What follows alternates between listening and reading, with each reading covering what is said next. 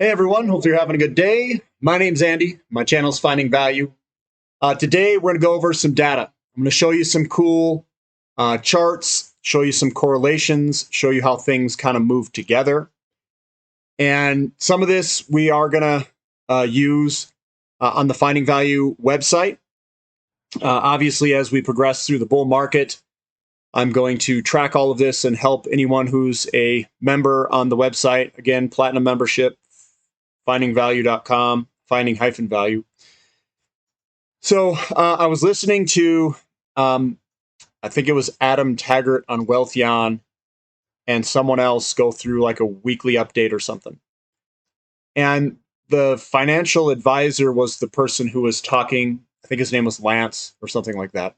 And he was describing the real estate cycle, business cycle, and that going into treasury bonds and all this other stuff, and how we would have this crash, and how after the crash, he would invest in, regular stocks or whatever, and it'd be a really good opportunity. And I would agree with that if, I think that we're if we were to compare to the last cycle, and this one's much different. I'm going to go over the differences between the different cycles in this clip so you guys can see it for yourself. What I'm going to do is I'm going to take data and start stacking and overlaying data. I'm going to do it through charts because it's the easiest way to present, to show you the correlations of certain things. I also am going to show you why I think certain timeframes are different. I don't think 2000 to 2008 is the same exact time as we have today. I also think that the 1970s, it's a little bit different than today, but I'm going to show you a couple of things and differences in the markets where I may disagree with someone because they were talking about a potential that housing prices are going to come down and all this other stuff. And Adam made a response that you could buy a house with higher interest rates, buy it, and then the interest rates would come down, and you could have the best of all worlds, low price and whatever. Number one, he's just wrong. It's prices go down with interest rates, especially if you have real estate from a real estate crash. So interest rates were cheap and house prices were cheap after the 2008 debacle. They were both very cheap. And that is how the market works. It gets infinitely more affordable if you have a housing crash than what I think we're going through. And I don't think we're going to get a housing crash. That is debatable. I understand that. But I don't think that we're going to get one. I think that we do have a demographic coming into home buying years. And I'm going to show you the data to support everything that I'm basically showing you guys. And I'm going to show you the differences between the data of, say, the mid-2000s versus 1970s versus today. And I'll show you where the discrepancies are and how I formed my opinions. So we're going to dive into the data here. And I didn't grab everything. I grabbed what I thought was important just to show you guys the differences. But let's dive in here real quick. So what I have here on this chart, there's a lot of lines. I get it. I have the federal funds rate up top. I've got the CRB index. I've got platinum price. I've got crude oil in white. The two purple lines on the bottom here, one's gold, and then the bottom one is silver. They trade differently. I put them in roughly the same color so you guys can differentiate between the two, but they're still both precious metals, and they both move on the same cycle. So what I want you to gain from this, presentation here is when the Fed funds rate goes up, we're going to see a pause in the Fed funds rate usually. And if things get too wild out in the markets, they usually start to decline in their Fed funds rate. You can see recently that we've been going up in the Fed funds rate quite rapidly, and we have been continuing the increase. So they were doing that also from 2015 onward. We were increasing interest rates slowly, and then they had to bring it back down. And we're roughly at that same level where we had problems before, where they basically had to reverse course. So here's the problem that I have with some people. I mean, we're still in that increasing phase of the Fed funds rate, and things haven't gotten too crazy. Earlier in the 2000s, if we were just to look at that, we went up in the Fed funds rate in the 99, 2000, and then we started rolling back down. Then we started increasing again from 04 to 06, and then paused it up at the top at 07. The commodity bull market lasted from 1998-99, late 98, early 99, all the way to 2008. We did have a little hump pullback from 2001 to 2000, early 2001 to late 2001. We had that pullback, and I think if you look at what we're going through today, I think it's very similar to the pullback that we have going on now. If you were to look at the data, what you're going to see is you're going to see wave 1, pullback, wave 3, pullback, wave 5, wave 5. And in Elliott wave, you get these waves. It's a 1, 3, and 5. The 2 is the down wave, 4 is the down wave as well. What I think we have is wave 1 coming up, and we're creating that wave 2, which is the down wave. These 3 at the top here, these 2, orange, yellow, and then I put the white as the separator. So that's the CRB index at the top here. I'll zoom in here just so you guys can see this, and I'll blow it way up here. So this here, from white line to white line, this is the CRB index.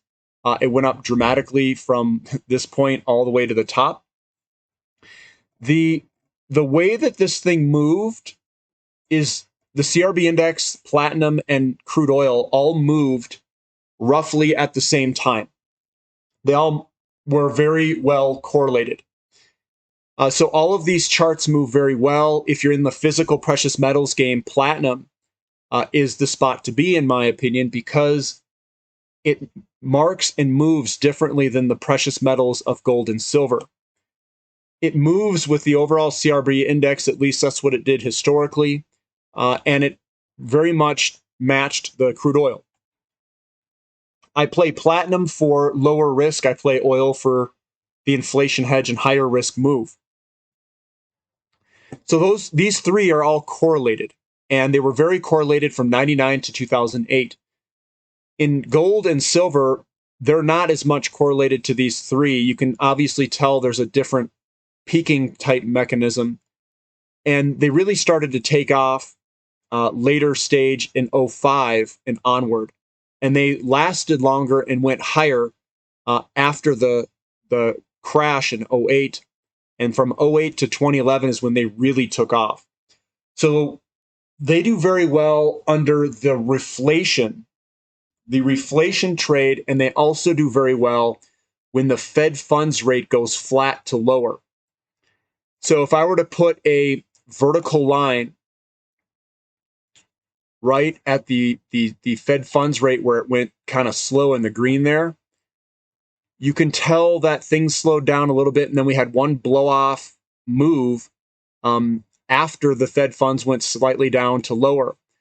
Gold started to kick back up and just kept running all the way till after. And then silver did very well. You'd want to buy it after the crash and ride it on up.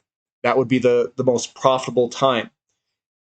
Now, they were talking about a housing crash and all that stuff, and I think what they have wrong here, at least in my opinion, is they think that the cycle is like the end of the last cycle, like 2008. But there are differences between those cycles, and I'm going to show you what those differences are. So number 1, we've got correlations between CRB, platinum, and crude oil. Gold and silver are a little bit later in the cycle.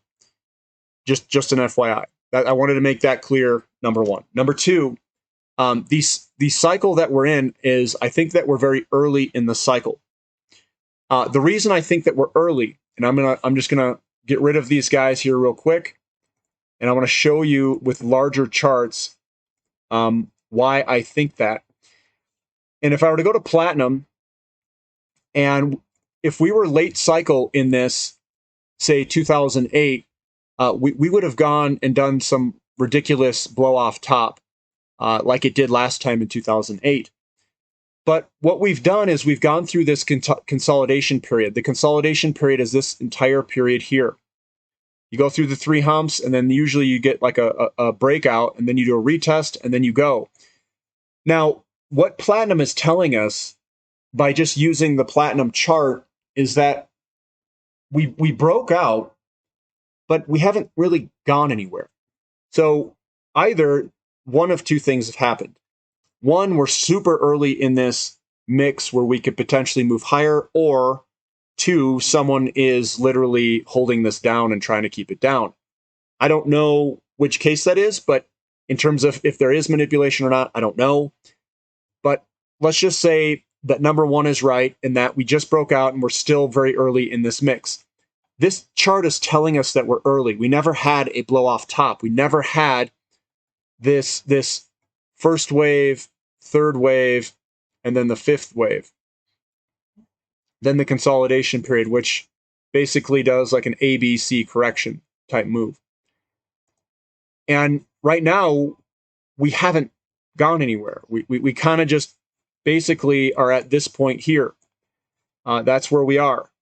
And this move here is the same move as this one here. So it makes me think, with the lead-in pattern that we have, that we're actually in 2001. We are not at 2008. And what I want to do is I want to gather data to see why this is either the same or that they're different. But platinum, if it trades like the CRB and if it trades like all those other ones, it would say that we're roughly in a 2001 type stage. Now, if that was the case, we could look at yields and see what yields are doing. Now, here's TNX. This is the 10-year yield. Now, this is telling us that we have a complete paradigm shift, and I've talked about this before. Rising interest rate environment in the 60s, 40s, 50s, 60s, and 70s, all the way up to about 1980s. And then we peaked, and then we went back down the entire time in a disinflationary environment. Now, people are comparing it to the last bull market in commodities, and the last bull market is literally, the peak was right here, and it started in 1998, which was about right here. So we had an increasing up, we had a move lower, and then another move higher. But it was all in this was a cyclical move in a secular downtrend of declining interest rates. This is a mini cycle, so to speak, that Scott called it, and I agree with that. It is a mini cycle. But what we have now is something that looks a lot different. We have a breakout of interest rates from a capitulation bottom in 2020. We broke that downtrend, and we're rocketing higher in interest rates. And what I call this is the new shift to increasing interest rates. So when I'm listening to some of these experts out there, what they're doing is they're comparing a time frame that is basically this here, and they're saying, look, this is what's going to happen again in 2008, and we're going to get this decline in interest rate, and everything's going back to normal. It's called linear thinking. And I'm hearing across all these different channels on YouTube. But when you look at this chart, what do you think is going to happen here? We have a trend line that's broken to the upside. That's where we are over here. We've had a nice big move higher in the 70s. I think, in my opinion, that someone could say that we could see a increasing interest rate environment for a while, and that perhaps something has changed. It doesn't mean that we'll go straight up, but it's possible that, maybe we see something on the lines, and I'm just going to kind of guess here, where we come up, pull back, and then go higher again. that's kind of what I'm expecting. And remember about breakouts and the return moves that I've been talking about. We break higher, we come on back. This here is your kind of recession move. This here is your wave one, and then your wave three comes after. So if they were to, they would be okay going into bonds if we get that decline, if we get it, or the slowdown, and they would go into stocks, but that would be the wrong move, I think, because if we go and we increase interest rates again, you'd want to be in commodities because you'd be in the same spot as you were as if you were buying it in 2020. You're just going to be at a new higher level, and then you're going to get a big old leg out of it. It's going to be another inflationary period. What's driving that inflationary period and what is different is we had a declining demographic. The rate of growth was declining here. And what's coming up is twofold. We do have a demographic coming into home buying years called the millennials, but we also have commodity restraints and energy restraints in the system. We've underinvested in those commodities, and that's going to put pressure on the consumer price index, not just paper money in the system or an increase in credit expansion. And this is basically verifying my thoughts. And I'm sure the Fed probably knows that. But a lot of the people that you're going to listen to on YouTube may not understand that paradigm shift. So we've got rates telling us and showing us that we've got a long-term new shift to increasing interest rate environment with that big long-term downtrend break. We've verified that the uptrend's in place by breaking this other sideways move. So now we're getting a higher high. And I think that a shift in interest rates is upon us. We also have validation that platinum is basically has no massive run yet out of it, like 2008. So I don't think that 2008 is a good period to compare to. And you can use other areas as well. You can also use oil. You can use all these other ones if you want to compare the differences. This here is the first surge of the breakout. Next is a return move, which we're doing. A lot of the times you return back to somewhere in this general vicinity. And we'll somewhere find a footing here. I didn't think it would go this low. I thought maybe we could go that, but it looks like it's going this low. The SPR release will be done, and then we go up again, and your inflation and interest rates will continue higher if this were to transpire like I'm describing, and which I think it will. Here's your consolidation from circle to circle. That's your full consolidation period. We just broke out of this gigantic pattern. And I think that this is wave one, wave two, wave three is the big move. And a lot of people are going to get faked out here. A lot of people. So not only does crude oil match what I'm describing in platinum and interest rates, I don't know what else you need in the markets here. S&P 500. One thing I described was the rollover of the S&P 500 and a move potentially lower and or sideways, not going higher. I said that we are going to see maybe perhaps a decade long consolidation, just like the periods that I've described before of the mid-2000s, the 1970s, and much like after the crash in the 1920s. So that is what I think is coming. That's what's transpiring here. And the data is all interlinked and matched together. Another thing I want to show you guys, which is different, and this is Scott's chart, which I really do like. This is the Dow Jones Industrial Average divided by oil. And what we can gather from this is that the way that this is falling mimics very much like the 1970s and very much like the 1910s and 20s. So The last market, when we were in this big deflation, or I should say disinflationary environment from the 1980s, which is this environment, all the way to the peak, this was a mini bubble. This mini bubble in here that came down was that 2000, 98, 99, all the way to 2008, and then another move higher. Basically, we're putting in a double top. Then we're going to get this huge compression lower. And that compression lower is a mega cycle, we'll call it, not a mini cycle, a mega cycle, super cycle. Super cycle here, and we're going to do something very similar to a super cycle here. And that is also showing us that there's a difference in this. We're doing a rock drop here, just like all these other ones, not a slow grind lower. And if you can look at the tops here, the way that this topped and fell, it's falling very similarly, and the lead up to it. They're similar, maybe not the same, but they're similar.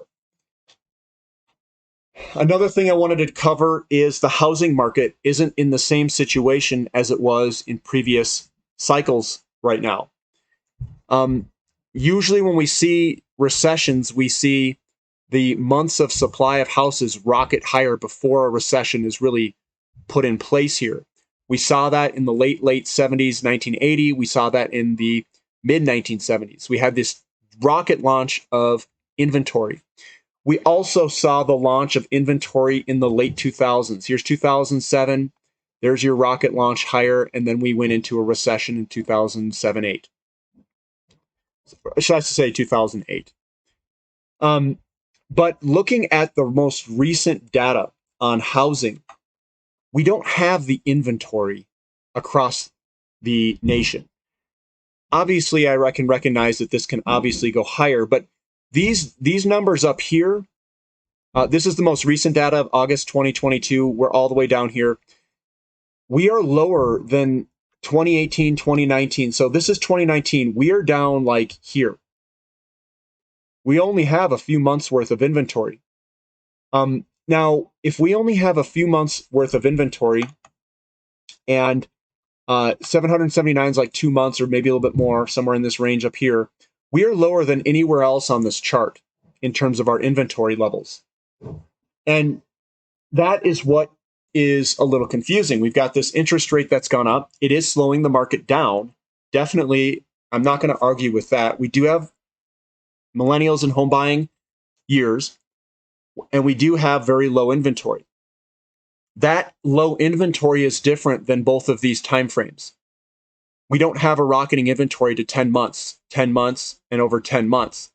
In fact, inventory has to increase 5 times to get there.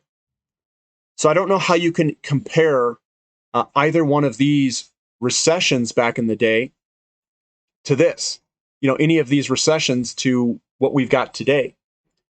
It doesn't mean that that can't change, but it's going to take time to change. And going to take time to change this means that that we're not at the peak yet.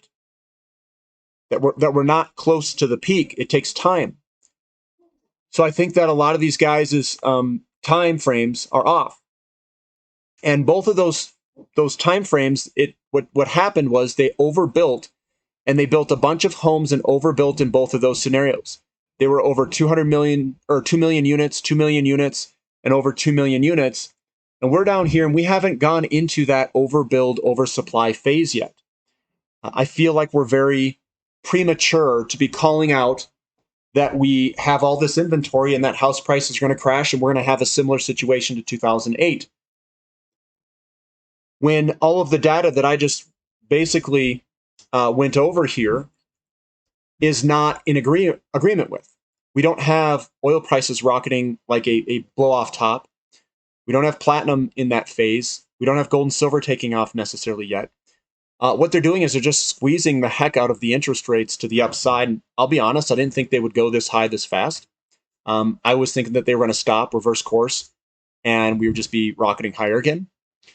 So they're holding this thing all down basically with higher interest rates. They're getting pinned. Now, something will break in the system. And right now, looking at all of this data and looking at inventory levels of all the commodities, they're pretty well set up. We're seeing gold inventories drop, silver inventories drop, platinum inventories drop, oil's dropping, natural gas is very low. Same with housing. We don't end and have a crash when there's no inventory or low inventories of all these things. So I think where we're located, at least in my opinion, is in the 01 timeframe, where things slow down. We get a rollover in the stock market, just like the 2001 timeframe. So if I were to go back and look at the 2001 timeframe of the S&P 500, since I have it up here, it's very much similar. Oops. It's very much similar to this time frame in here, where things start to roll over in 2000 and go all the way down to 2002. I call it the 01. The 01 is where it kind of all fell apart there. Then we obviously bounced back and forth. So I think that we're early in this, and I don't think that we're towards this bottom here. And people are confusing this decline with this one. So that's my take, and my take is based off of the data that we have in the housing market. In 2000 or 2001, I'm going to go back to the federal funds rate to show you guys what I'm talking about, or the housing starts. In 2000, 2001, we were basically chopping sideways at the 1.6 million mark. We even came back a little bit during that recession there. In 2001, we came back a little bit. And I think what's happening is that same basic movement is happening right, here in 2001. And then I think we're going to have a surge higher in both of these. And eventually we'll get into a scenario where we do have too much housing, and the months of supply will very much look like, these up here. But we're not anywhere near that. We're lower than everywhere else in history. We're still at an anomaly of how low we are. So when I look at this and someone were to ask me, what's your opinion on it? This is basically what I would describe, is that we don't have the inventory and housing to crash like I think, some of these people think we are. I don't know what the difference of thought is. I just look at the data and that's what I come up with. It's really that simple.